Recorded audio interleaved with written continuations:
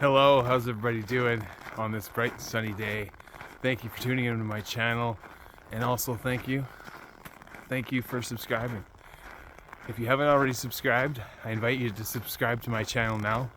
Just hit subscribe and then hit the little bell notification down on your right hand corner there. Alright, let's hop to it.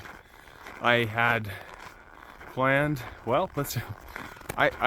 I'm grateful today because I had an abundance of ideas that I wanted to talk about, and I decided, I needed to clear my body a little bit today too, my physical body, and come for a run. And it's been 2 months since I've run any length, and I have to tell you, I ran a little more than 3K today. Felt great, felt awesome. And guess what? The only one that was preventing me from doing that was this thing right here. So, amongst the few ideas that I've had, because I've had a number of them today, I'm like, I really want to talk to you about everything. But today, I specifically want to talk to you about running. And I want to talk to you about the runners. And I want to talk to the runners in there too, because I'm one of them. So, let's get to this. During my run today, I had the shot at putting into action some of the tools that I've already learned over the last few weeks and months. And one of them was the negative self-talk. And one of the things we do as runners and as fitness gurus and as people that go to the gym, what do? We try and solve the world and solve our problems, and then we put our problems in our muscles, don't we? And for runners, don't you dare look at me like that. You know what I'm about to say too. We run away from our problems. Yes, we like to think that we solve our problems in our runs, but actually what we do is we run away from them. And then what do? It becomes manifested as pain that you put in your shoulders and your lower back. So let me tell you about a guy named Jesse. Jesse has run 39 marathons and half marathons. Yeah, that's right. This guy. That's a little more than 7,000 to 8,000 miles in training. And that's more than 10,000, just short of 11,000 kilometers in the training, if you want to convert metric to imperial. So, what was I good at? I was good at not enjoying my runs. Yeah, I forced myself through many of them, even my training ones, even some of the more berserker ones that I did back to back when I was training in this one January where I did the equivalent of 4 marathons in a row in 4 days. Yeah, it was insane. It was insane, but I was parking my problems inside my body. So what I've done, and what I caught myself doing today, yeah, I did it today too, but I deployed my new tools. It's the negative self-talk. So what does that look like? Well, I had this idea in my head about something that, I haven't been active. So I spotted I'm gonna crap on myself, haven't been active. So what did that start? It started a problem around I'm not active enough. And then not long after that, you get things that snowball. Your thoughts snowball, and it becomes this circulation of patterns and things that goes on in your head, which becomes negative thought. Now, what does that do for you as a runner? What does that do for you as a gym enthusiast? Nothing. Because here's what it does. It puts stress on your body. You don't take in enough oxygen, your body constricts. Your body doesn't take in the oxygen. It's hard on all your organs. And guess what? You don't perform as well. Yeah? Okay? I'm going to call you out. I'm calling me out because up until probably my, I'd say, 5th, 6th, last half marathon that I did, which was probably about 5 or 6 years ago, I didn't enjoy my races. And it was because I was trying to solve the world's problems within my runs. What an undertaking. What an undertaking that was. So, trigger warning out there. Some runners are not going to tell you this, but I am. I was prematurely having issues with my lower back. I created a lot of lower back pain for myself, all with this, all with my mental state, all with thought. So I manifested the mental into the physical.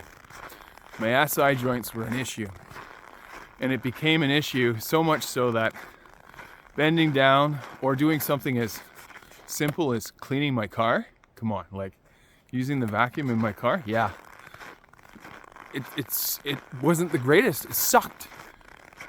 And then if you're like me, my most dominant shoulder, slinging things over my right shoulder, I parked pain in here too. So not only was I running away from my problems, I was also manifesting problems within my body, unbeknownst to myself, that was created entirely by me. Ooh, wrap your head around that one. Okay, so here's how that works. When you stress out and you don't take enough oxygen in, and you're already creating thought that does not become your best person, you create something called hack. Hack are hormones that help your body come back into a homeostasis. That should be a good thing, right, Jesse? That's a good thing. That's a good thing. Yeah, it's a good thing. But here's what happens when it goes on for too long, or when you get fear pushed in your face all the time, like the mainstream media does. What happens to you? You get stuck in this perpetual hack, which is histamine, adrenaline, and cortisol cycles. And what does it do? It goes for the homeostasis to settle your body down, but it goes all too often to your bones, taking out the calcium and parking it in places where it shouldn't have any more calcium than what is already there. That's what creates the pain points. That's what creates the spasms. That's what creates the inflammation. And guess what? You have it. You have it and you know it. But it's okay, because you got someone like me that is going to take care of you. Yep, I'm going to take care of you. But here's what you need to do. Step 1, see past your trigger, like me. Step 2, deploy your tools. Stop the negative thought. Replace it with, this is my run. I'm out here for me. I am out here because I took time for me and my body, and I appreciate what I'm doing. And over and over and over, you need to keep that thought going. It's going to be tricky at first. Step 2, the affirmations. I love myself. I am a great person. I am intelligent. I am a good-looking guy. Yes, I am. I am strong. All those things you need to start saying to yourself right now. Step number 3, talk to me in the chat. Send me a message. Ask me more about this, because I'm telling you, after 39 races and more than 7,000 miles, 10,000 kilometers, I know a thing or two about running. I know a thing or two about running away from your problems. And I know what some of the gym enthusiasts are doing, and they're not going to tell you about. I'm going to out some of them. I'm not going to name any names. In fact, I don't have any names to name, but I know they do it. I know some of the runners that do it. I was one of them. But here's the good news. It's not a shaming fest. This is not a shaming fest. This is not what I'm all about doing. What this is seeing something for what it is, replacing it for something that will be better for you, and start talking to yourself in a nicer way. Because your body hears everything. You hear that river out there? It hears itself. It hears itself talking. Your body is made up of water. More than 80% water, and you're always talking to it. So if you're telling yourself negative things over and over, even in your head, you don't even have to say it out loud, and you are encapsulated with more than 80% water, you are telling yourself things, you're telling your water things that isn't accurate, is it? Because I know that you're a good person. I see you out there. I know you're a good person. And I want to tell you something. I got you. I got you, my friend.